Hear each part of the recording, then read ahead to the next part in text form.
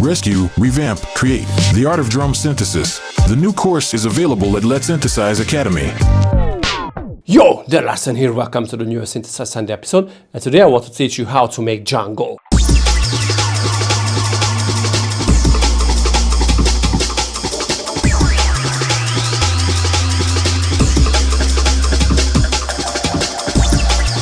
I know you just wanted to ask if you can grab this project. Yeah, it is up on my Patreon with tons of millions of other very cool Ableton projects, and click here if you want to learn more around music productions, but right now let's jump into it.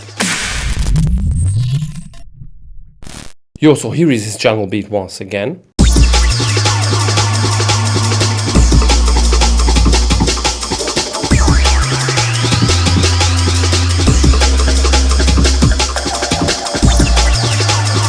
Right, so the fundamental of every jungle beat obviously is a break. Now the ambient break is the most commonly used stuff. So originally, if you didn't know, this is how it sounds. So I had to stutter it a little. This is why I made these chops, these edits.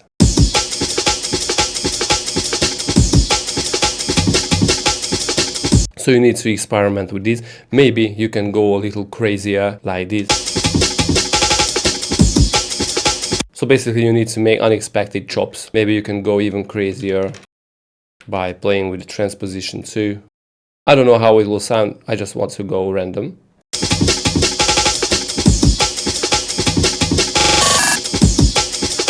It sticks out too much, but you get the point. Right, the next one is the sub. Now it's pretty much an 808, but a less distorted 808. But it is important to keep the voices on one, so you won't have overlapping notes.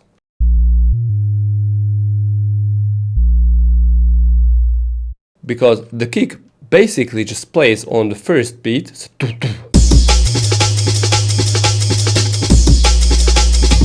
I didn't want to go too crazy with the sub, I just want to add some ti-dun, only on the first hit. So as you can see, these are long sustaining notes, but it gets a little busier on the kicks, so when the kick hits. This is why we have these stuff. And only one hit, again here, when the kick hits again. Now with the chords you want to go a little jazzier, so you don't want to go simple chords here. I would go with 7th notes, so let's start with an A sharp, but let's add this in so we can hear what we're doing.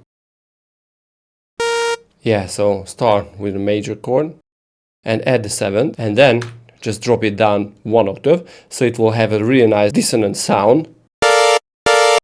Very jazzy kind of feel, because if you go up, you don't really hear the dissonance because the chords are very far from each other, but if you make them really close, it's a lot more dissonant. And maybe you can add the 9th too. So again, drop this below and this one too. So very nice and jazzy and dissonant. Maybe on a higher note it sounds better. But let's keep it here.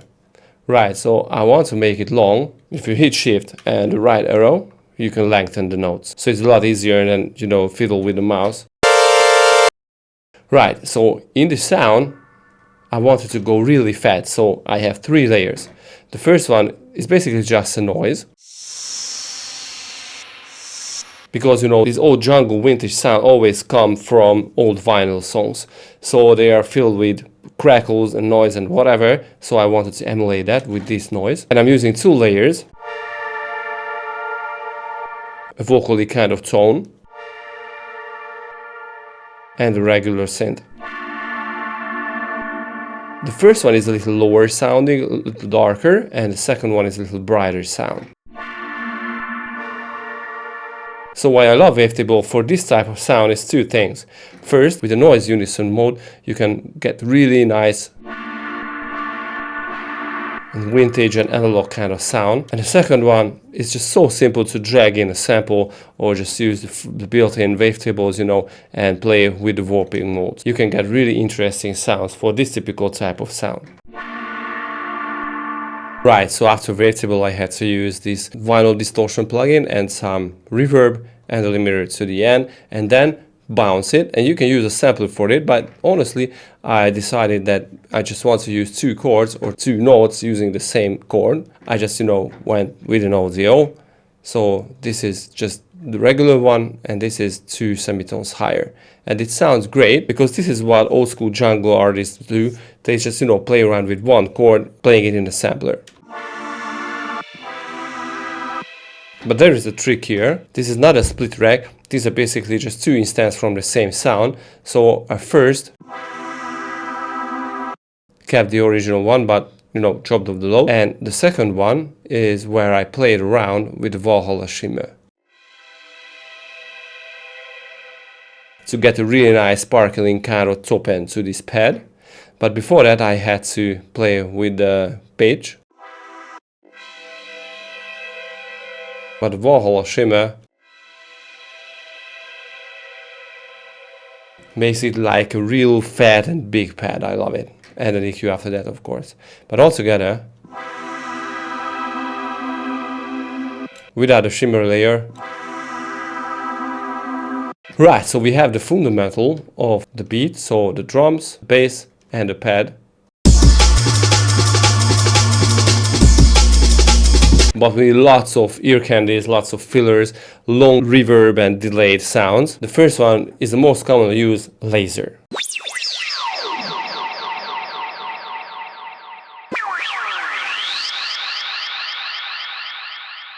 So these are basically super simple sounds. Let me show you. It's just basically 1 square wave where I played with the pitch, the filter and an LE4 that drags again the pitch. So the main square.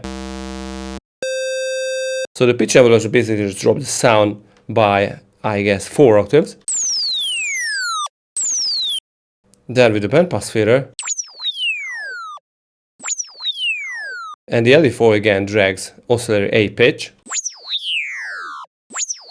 It's a really fast movement, so it basically just adds the kind of modulation to it. But even though we add the delay and the reverb, I just missed something, so I added noise. So it turns a lot fatter now. And another operator on the lower frequency. And the sound turns to live. And after that, all I did, just played with the bandpass filter 1 octave lower.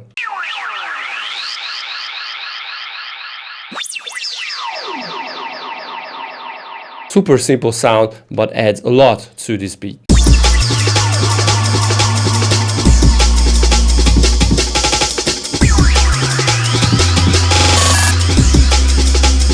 I have a percussion sound that sounds like this.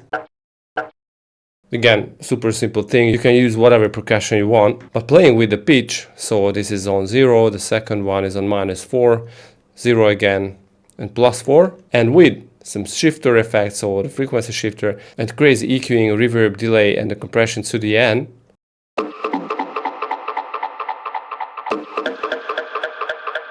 So the goal was here to play with the pitch a little, and the crazy EQing I wanted to focus a little more on the mids and the mid lows to get that, vintage feeling to it. The same thing with wavetable synth here, the first one.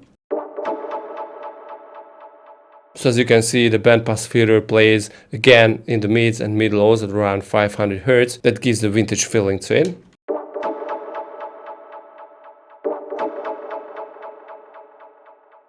With a chord. Now actually this was a preset from the library that I tweaked a little, but the second one is super simple. Again with the Jazz for Dummies chord preset, but the wavetable is just from the collection Amber, and I play with the pulse width modulation a little to get the sound that I want. And again the same filter at around 500 Hz. As you can see, there is no modulation here, only the roar. So this is why I'm using Ableton 12.1, because the roar here gives such a cool sound to it, using the feedback and some cool distortion and filtering inside roar that I love, honestly. After that, some compression, EQing, frequency shifting that is not doing anything here, EQ, reverb, and the delay. So just go crazy with the space effects after EQing. So the good thing here that these sounds can be, you know, whatever, just drop something from the factory collection and play around with the filters and the warping modes with huge amounts of reverb and delay, and you get very interesting results. Right, so don't forget that you can grab this project from my Patreon below with tons of other very cool Ableton projects, and click here for my academy if you want to learn more about music production. See you guys next time. Peace!